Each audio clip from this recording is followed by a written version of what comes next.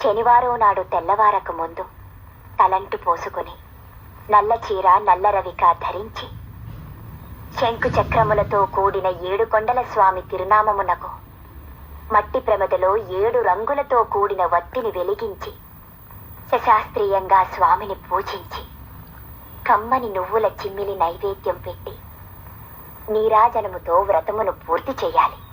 తిరిగి సాయంత్రం వరకు ఉపవాసం ఉండి స్నానము చేసి పసుపు చీర పసుపు రవిక ధరించి వ్రత విధానము సాగించి స్వామికి ఇష్టమైన చక్కెర లడ్డూలను నివేదనము చేసి నీరాజనమునిది ఒక అతిథిని ఆహ్వానించి భోజనాదులతో సత్కరించి అతిథి భుజించి విడిచిన ఒక మెతుకును అమృత వస్తువని ఆరగించాలి.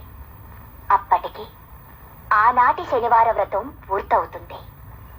ఈ విధంగా 7 శనివారములు వ్రతమును చేసినచో ఉద్దేశించిన సత్ఫలమును పొందగలరు.